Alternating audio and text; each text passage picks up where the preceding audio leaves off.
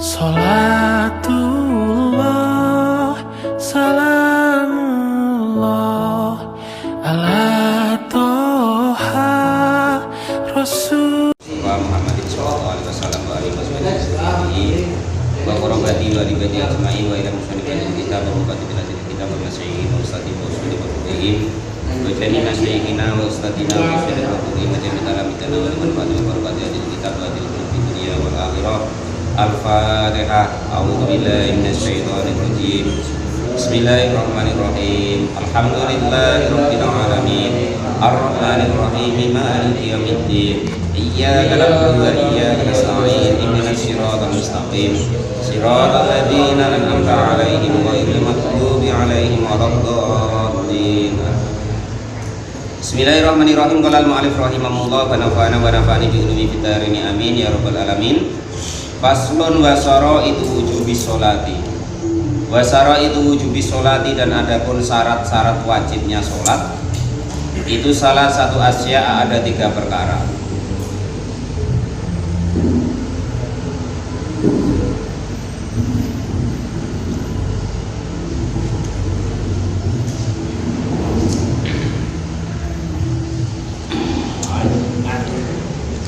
Jadi syarat wajib daripada sholat, orang itu wajib sholat itu kalau memenuhi daripada 3 syarat ini. Nah, kalau tidak memenuhi daripada 3 syarat ini, maka beliau belum wajib sholat. Jadi kalau kita ketemu sama orang kok tidak sholat, kita jangan nunggu dulu kafir. Ya kalau bukan Islam barang nanti ngomong, ya kan? Qala al-mu'allif rahimahullah wa nafa'ana wa nafa'ani bi dzalika amin ya rabbal alamin. Ahadua, adapun yang pertama itu al-Islam, Islam. Yang pertama itu Islam. Jadi kalau memenuhi 3 syarat ini nanti mau tidak mau, bisa dan bisa, kepaksa ataupun tidak, sah ataupun tidak sholatnya, benar ataupun tidak, di waktunya ataupun lewat, ya kan, dapat pahala ataupun tidak, diterima ataupun tidak, itu wajib mengerjakan sholat 5 waktu kalau memenuhi 3 syarat ini. Ya. Ahadul, adapun yang pertama itu al-Islam, Islam. Jadi kalau bukan orang Islam tidak wajib sholat. Fala tajibu, maka hukumnya tidak wajib apa as-sholatu sholat alal kafiri, atas orang yang kafir, al asli yang masih asli. Artinya memang belum pernah tersentuh Islam, belum pernah masuk Islam. Wala yajibu, dan enaknya orang kafir asli itu, wala yajibu, dan tidak wajib alaihi, bagi orang yang kafir asli, apa qada'uha, mengqada'i sholat idza aslama, ketika masuk Islam. Jadi kalau orang kafir asli dia kok masuk Islam, maka tidak wajib mengqada'i sholat-sholat yang sudah pernah ditinggalkannya karena belum Islam. Demikian juga keterangannya, kan, nikahnya yang tidak perlu mengulangi, dan mau dia punya harta segala macam, zakat yang tidak perlu zakat. Ya ketika masuk Islam itulah baru kewajiban di dalam Islam itu wajib dilaksanakan. Loh, berarti nikahnya tidak wajib mengulangi, Pak? Tidak wajib mengulangi karena sudah jelas banyak sekali di zaman-zaman jahiliyah itu sebelum Islam orang sudah nikah ya banyak. Bila ketika Islam ya belum pernah namanya ulangi nikah, itu seperti itu. Nah, kecuali ada hal yang fatal. Nah, contoh yang dinikahinya itu muhrimnya ngomong kan, tak anaknya, tak emaknya, tak bibitnya, tak ponakannya lah, maka yang seperti itu baru kena proses. Tapi kalau yang nikah biasa itu tidak masalah. Wa amal murtad, dan adapun orang yang murtad, artinya sudah pernah Islam terus dia keluar dari Islam, bagaimana hukumnya? Fatajibu, maka hukumnya wajib alaihi, kepada orang tersebut, apa as-sholatu sholat, wa qada'uha, dan mengqada'i sholat, in ada, jika kembali siapa orang tersebut ilal islami, kepada Islam. Jadi Beda lagi dengan andekan kok orang itu murtad asalnya Islam, terus dia keluar dari Islam, maka orang yang model seperti itu tetap dituntut sholatnya, ya. Artinya andekan dia nanti kembali kepada Islam lagi, dia wajib ngodoi sholatnya yang ditinggalkan dari mulai dia murtad sampai masuk Islam lagi, ya itu. Lah itulah salah satu dalilnya bahwasanya kita yang kemarin mulai balik itu kok ninggalin sholat Pak Janis, kita itu wajib ngodoi. Walaupun sebagian ulama mengatakan kalau sudah tobat ya sudah tidak dianggap. Nah, ya, tapi untuk ikhtiyat kebanyakan ulama kita adharnya, artinya tuh yang banyak pakai pedoman itu wajib ngodoi. Karena dianggap ibaratnya Islam fasik, artinya Islam yang meninggalkan kewajiban. Jadi begitu dia tobat ya wajib ngodoi. Pokoknya itu tadi, mau tidak mau, bisa tidak bisa, ngerti tidak ngerti, sah nggak sah, ya kan, diterima atau tidak di waktunya ataupun sudah lewat, ataupun terpaksa ataupun tidak, ya kan, dapat pahala ataupun tidak, diterima ataupun tidak diterima, asal Islam. Dan seterusnya nanti yang mewajibkan sholat itu wajib mengerjakan sholat, itu begitu. Jadi kalau kok dia murtad, maka andaikan kok dia masuk Islam lagi, ketika murtad itulah dia wajib, ketika balik ke Islam lagi wajib mengqadai sholat-sholat yang ditinggalkannya, sholat 5 waktu ketika dia murtad. Itu salah satu dalil bahwa kita kalau meninggalkan sholat itu wajib ngodoi. Qala al-mu'allif rahimahullah wa nafa'ana wa nafa'ani bi ulumi fitarani amin ya rabbal alamin. Cuman ya jangan dikato-kato Pak Jani. Pakai orang baru nak tobat lagi Pak Janis kato-kato pula. Tahu tuh enggak sholat dosa neraka. Nah, itu tidak boleh. Ya itu kayak kita yang panitia neraka ya kan.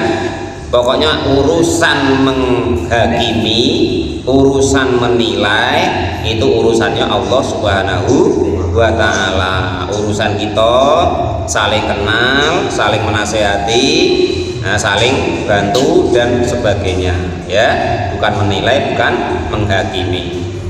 Tugas kita begitu. Ya. Jadi kalau kok balik Islam, orang yang murtad itu wajib ngodoi sholatnya ketika dia murtad. Itu yang pertama, Islam. Wasani, dan adapun yang kedua, orang yang wajib sholat itu adalah al-bulugu, ketika sudah balik. Fala tajibu, maka hukumnya tidak wajib ala sobiyin, atas anak laki-laki, wasobiyatin, dan juga anak-anak yang perempuan, tidak wajib apa sholat itu. Fala tajibu, maka hukumnya tidak wajib apa sholat ala sobiyin, atas anak kecil laki-laki, wasobiyatin, dan anak kecil perempuan. Lakin yuk maroni, tetapi diperintah siapa anak kecil laki-laki dan perempuan tadi, diperintah biha dengan melaksanakan sholat 5 waktu, diajari, diperintah maksudnya ketika kapan? Ba'da sab'a sinina, ketika sudah sampai umur 7 tahun, ya. Jadi kita mulai ajak anak kita ke masjid, ajak sholat segala macam itu ketika sudah mulai umur 7 tahun.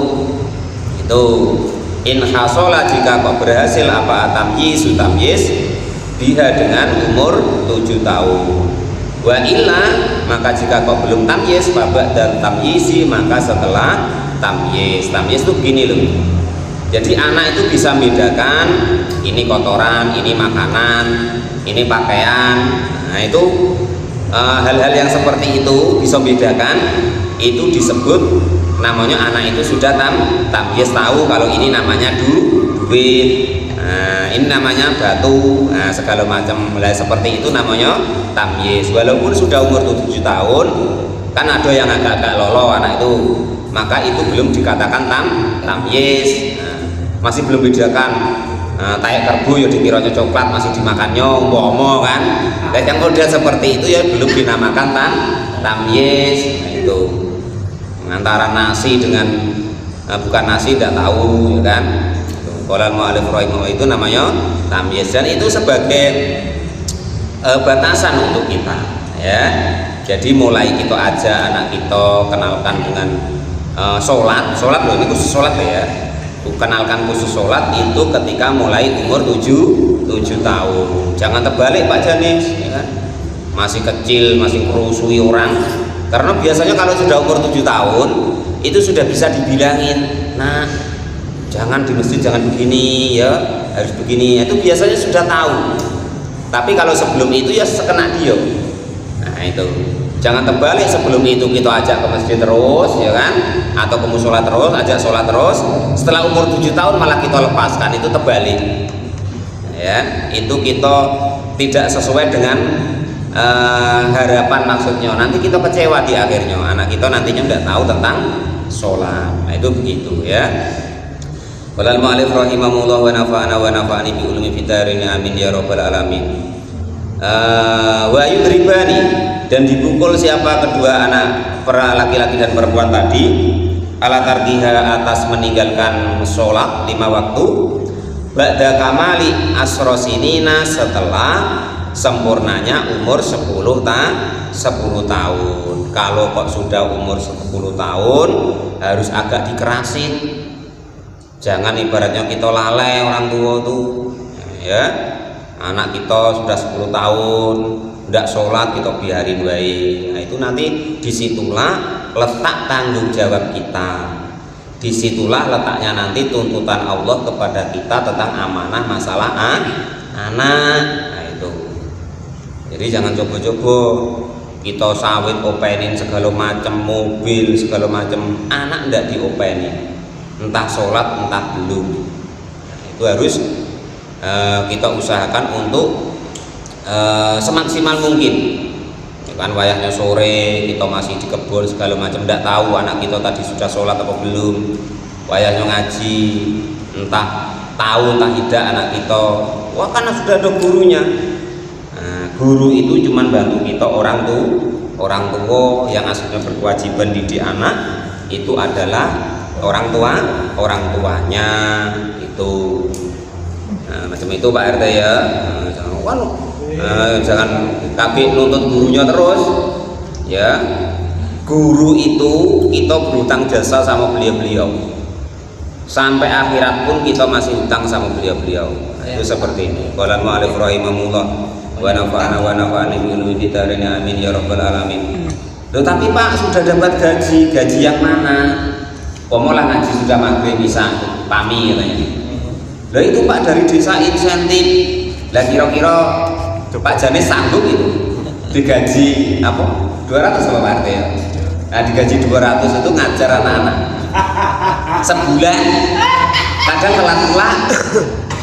Nah itu tuh Pak Janis beli minyak udah kurang. Lah kalau yang merokok untuk beli rokok 2 kali sudah selesai. Itu dituntut terus, diajak iuran wali murid lainnya lah Pak, iuran salahin terus ya. Mana salah-salahin pula terus ya kan itu. Nah cobalah kasihan lah dikit kan gitu. Nah itu seperti itu. Oh nak rambut tahu putih Pak. Nah itu. Nah tengok kami hutang sampai cepat putih rambutnya. Amin. Qala al-mu'allif rahimahullah wa nafa'ana wa nafa'ani bi ulumi fitarini amin ya rabbal alamin. Jadi kita harus lebih memperhatikan anak-anak kita daripada kebun kita, daripada pangkat kita, daripada kegiatan kita ya. Karena itulah aset-aset kita, penerus-penerus kita. Kita terima ndak terima ya kita bakal mati, nanti diterusin anak-anak kita ya kan, tak anak dari nasab kita ataupun dari murid-murid kita. Terima ndak terima ya bakalnya kita mati ya kan. Terima tidak terima ya kita bakalnya tua, yang asalnya fasih ya jadi tidak fasih lagi karena giginya sudah habis. Nah itu. Mau tidak mau ya anak-anak kita, yang penting dasar-dasar daripada agama ini kita sampaikan semaksimal mungkin. Apa yang bisa kita perbuat untuk anak-anak kita. Jangan kok pel sono gurune. Nah terus sudah ngaji iqra gitu kayak kita sudah bangga dengan anak kita ya kan. Kita ibaratnya iuran 5.000 gitu sudah lah, kadang sudah ngato-ngato gurunya, wah kalau sudah bayar 5.000 Masya Allah, terasi rantuk kan. Bukan balik rahimahullah. Nah itu seperti itu. Jadi jangan kita menyia-nyiakan, ya kan? Salah satu syarat lagi kalau anak kita ini diajar sama guru-guru Pak RT ya, jangan coba-coba kita berselisih paham dengan guru-gurunya anak kita. Apalagi kok itu guru agama atau guru tentang masalah agama. Nah, apapun salahnya Pak RT umpama kok salah, ya kan? Nah itu jangan coba-coba kita protes sama beliau. Sabar. Nah, karena kok anak-anak kita tuh dapat ilmu dari beliau-beliau itu. Salah satu sebab kita itu atau anak kita itu tidak dapat manfaat dan barokah ilmunya itu karena kita tidak menghormati ahli ilmu, tidak menghormati gurunya anak-anak kita. Itu salah satunya. Nah ini anaknya diajar sama Pak Guru Tamrin, ya kan? Lah ini apa-apa dikit Pak Ketamrin terus marah segala macam, jangan. Nah, macam mana pun namanya guru-guru anak kita wajib kita hormati, wajib hukumnya. Itu ya. Qala al-mu'allif rahimahullah wa nafa'ana wa nafa'ani bil kitabin amin ya rabbal alamin. Kalau kita ingat flashback ke masa lalu, nah, Pak Janis kalau ingat ya kan orang-orang tua kita dulu kalau nyerahkan kita sama guru ngaji, kalau Pak anak saya segala macam apa kebutuhan gurunya disiapin, apapun yang kita punya panen sebelum dijual, sebelum kasih orang lain ke guru-guru anak kita dulu. Kalau sekarang tidak ada lagi ya. Nah itu lah anaknya diajar Pak Guru Tamrin sebulan-bulan penuh, mampir ke situ dia tuh jualan cendol, jualan es. Lah itu disuruh bayar padahal 5.000, Masya Allah. Nah yang seperti itu, model-model seperti itu jangan kita tiru. Nah itu. Paham ya? Ingat-ingat itu model-modelnya seperti itu. Nah ini kita jualan kue harga 1.000, 2.000 ya kan? Jualan kopi, kalau Pak RT buka warung. Guru anak kita mampir tak kehausan, tak kehujanan. Lo makan kue sih kok 2 lo dihitung bayar, Masya Allah. Itu kebangetan hidupnya, kan ditiru seperti itu ya. Lah macam itu minta anaknya tuh anak yang soleh, anak yang soleha. Ya kalau malaikat ya diguyu, mejem kata malaikat, mustahilun katanya. Itu seperti itu. Orang mu'allif rahimahullah wa nafa'ana wa nafa'ani bil ilmi. Ngadu pula itu Pak Janis ya kan, anaknya diajari sama Pak Guru Tamrin umpama kan. Nian-nian dari mulai sudah maghrib sampai isya, enggak tentu itu gurunya tak sudah makan tak belum, ibaratnya meninggalkan semua kewajiban. Lah Pak RT anaknya diajari Pak Tamrin, kita nonton TV lah, nonton HP santai sambil merokok lah segala macam ya kan, sambil ngopi lah. Lah gurunya ngaji anak-anak kita loh sampai ngumpru yang ngantari air enggak ada. Enggak ngakali dong Pak RT. Belum macam itu. Loh kadang macam itu masih dirasain pula, digibain. Guru kok macam itu lah, Masya Allah. Nah itu diingat-ingat kalau kok kita terjadi seperti itu cepat-cepat minta maaf sama apa namanya guru-guru anak kita. Ya, karena siapapun itu yang jadi ulama, ya itu jangan pernah ndak ingat sama gurunya yang ngajarin alif bata, abata segala macam ya. Itu. Sehebat apapun seseorang, ya guru yang pertama itulah. Nah itu dari alif bata abata itulah asalnya. Nah itu walaupun sehebat apapun. Saya pernah kisah nyata Pak RT ya, almarhum Badullah Salam rahimahullah. Beliau itu sedang pidato ceramah. Jadi beliau ceramah itu nengok ada orang jualan cendol, tahu cendol Pak? Ya. Air cendol. Nah, dawet.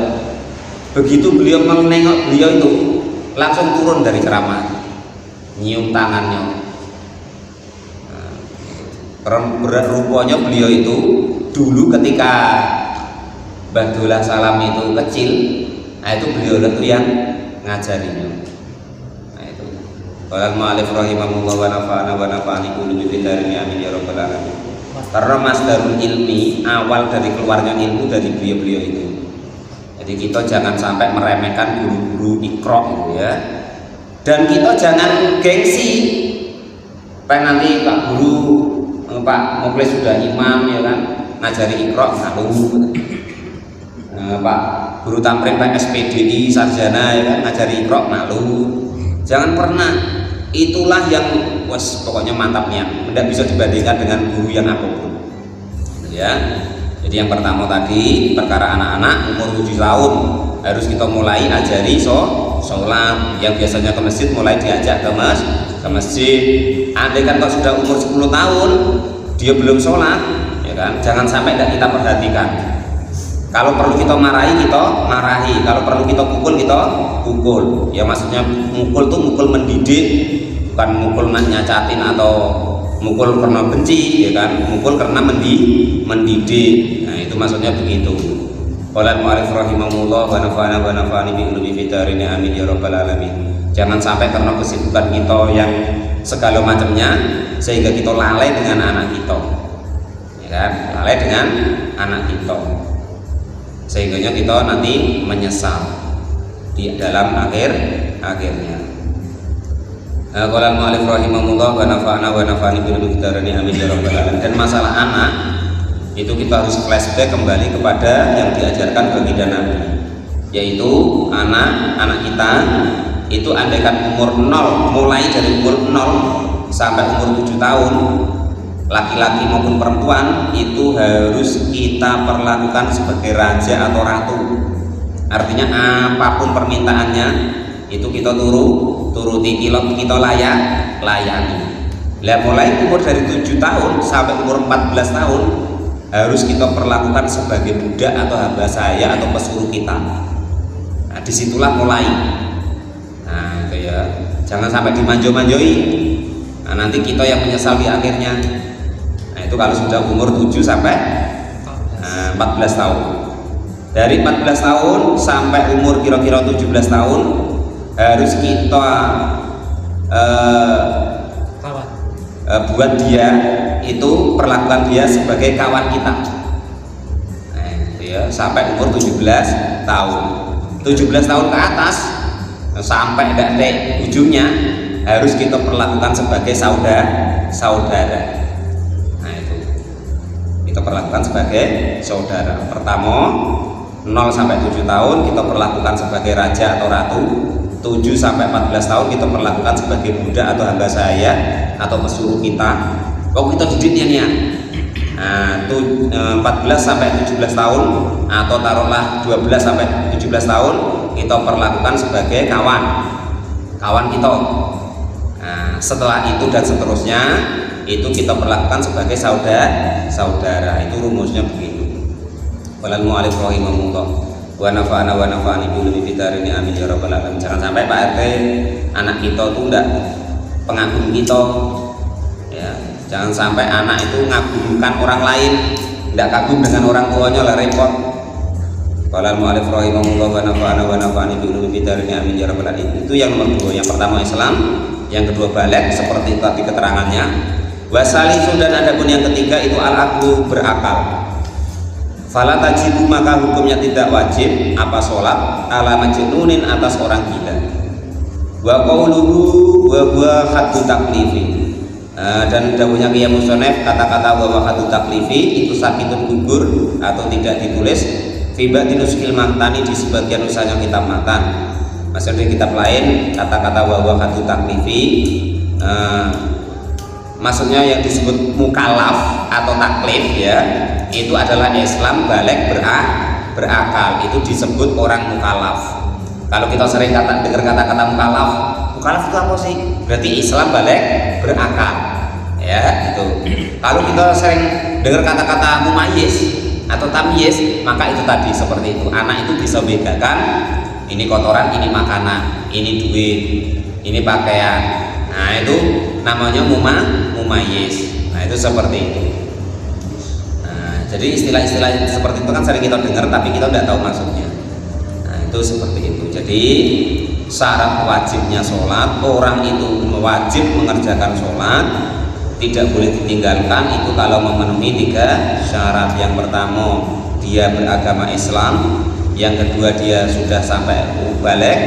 Yang ketiga, dia berakal. Maka andai kan sudah memenuhi 3 syarat ini, mau nggak mau, bener nggak bener, sah nggak sah, diterima ataupun tidak, dapat pahala ataupun tidak, ya kan? Terus di waktunya ataupun sudah lewat, nah, seperti keterangan masalah waktu kemarin, nah, itu tetap dituntut untuk wajib melaksanakan. Itu seperti itu. Itulah syarat wajib untuk mengerjakan sholat 5 waktu. Wassolawatu al-masnunatu, dan sholat-sholat yang disunahkan. Wallahu a'lam bishawab. Alhamdulillahirabbil alamin.